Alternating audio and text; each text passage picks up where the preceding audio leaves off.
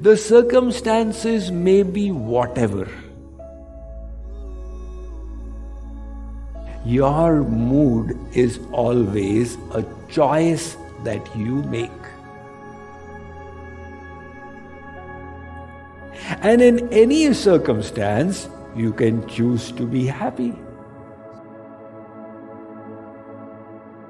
This mind of ours is the factory that creates thoughts. Thoughts are subtle bundles of energy that impact our health, that determine our attitude, that create our feelings of happiness and distress.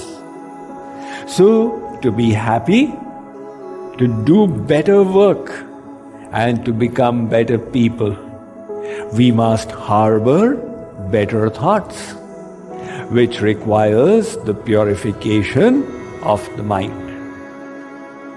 Hence, the need for mind management.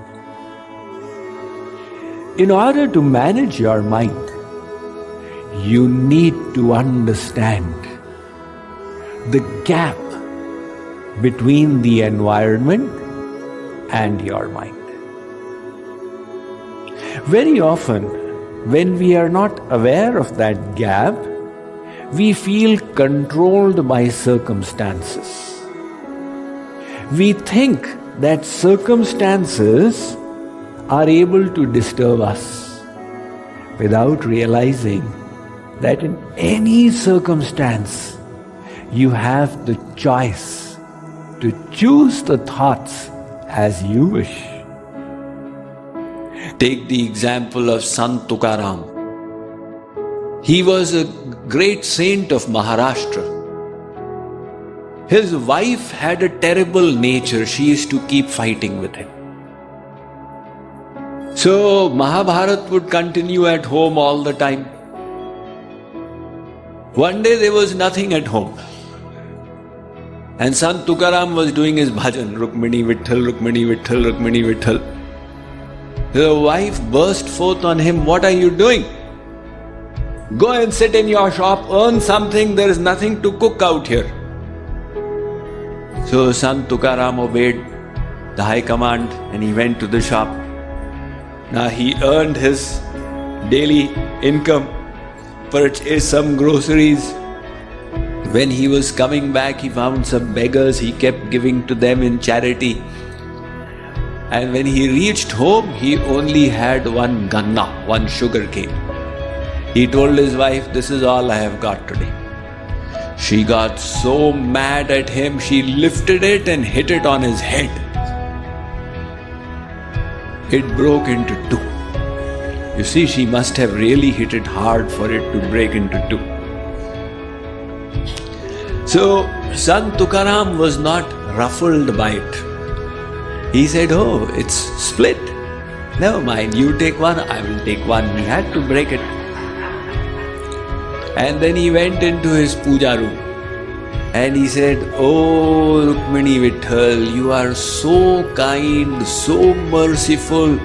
You have given me such a wife that I can never become attached to this world." You see, this is the positive nature. The positive nature is that I should not let the disturbance come into my mind. The external disturbances, see in them a blessing. Everything is happening for the good. So he is seeing in that situation the blessing of God. Consider this example. Suppose your boss asked you to report in his office at 8 a.m. for a work appraisal meeting, which you realized would be critical for you. And you at night, before going to sleep, set the alarm at 6:30 to wake up in time and get yourself in the proper zone before you report to your boss. But in the morning, the alarm refused to go off. And by the time you woke up, it was 7:15. Now that got you disturbed.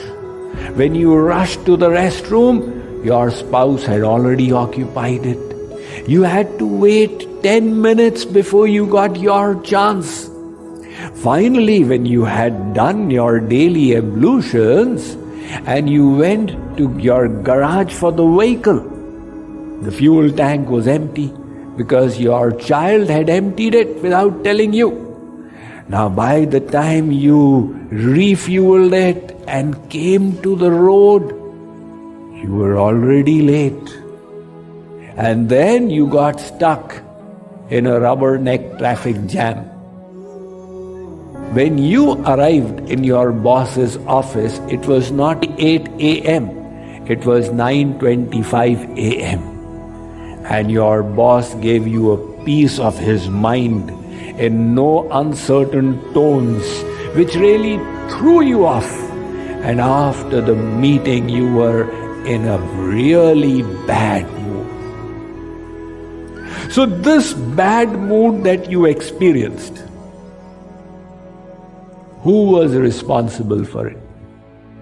Was it the boss who shouted at you? Or was it the people on the roadside who caused the rubberneck traffic jam? Or was it your child who emptied your fuel tank? Or the spouse who kept the restroom occupied? Or the alarm clock which refused to ring? Ultimately, who is the culprit? The answer, I am sure you have guessed, is none of these. These are just external circumstances. The circumstances may be whatever. Your mood is always a choice that you make. And in any circumstance, you can choose to be happy. This is the gap between the circumstances and your thoughts. When we don't realize this gap, then we feel others are responsible for my negativity and my bitterness, etc., etc.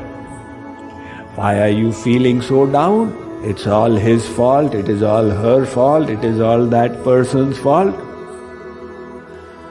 Look, circumstances will never always be positive. That is how the world is designed. It is planned out as the University of Hard Knocks. So difficult circumstances will always come your way. The question is, how do you choose to think when this happens? There is a beautiful expression of this presented by a person called Viktor Frankl.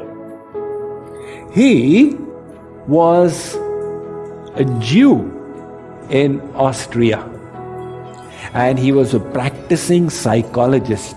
However, when World War II broke out and the Nazis were rounding up the Jews and throwing them in concentration camps, Viktor Frankl, along with his family members and his brothers' families, all got thrown into the camps.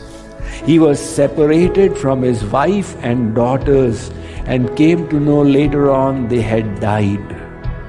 He describes the horrors in the worst of those concentration camps, Auschwitz. He says they would make us live without clothes. They would whip us. They would make us do the worst menial work. We would not know whether we'd stay alive in the morning or not. And yet, in the midst of those circumstances, he realized he had one freedom that nobody could snatch from him. The freedom to choose his thoughts. So he decided to exercise it and to be happy. He could be seen smiling or even laughing, and he was obviously cheerful.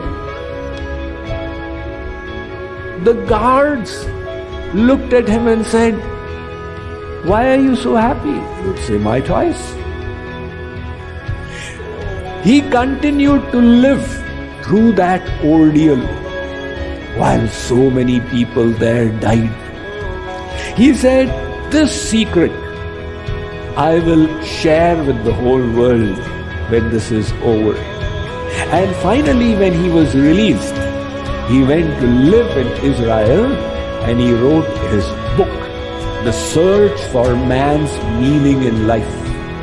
He says there are times when life tests us, when difficult circumstances come to us. The question is, how will you choose to respond at that time?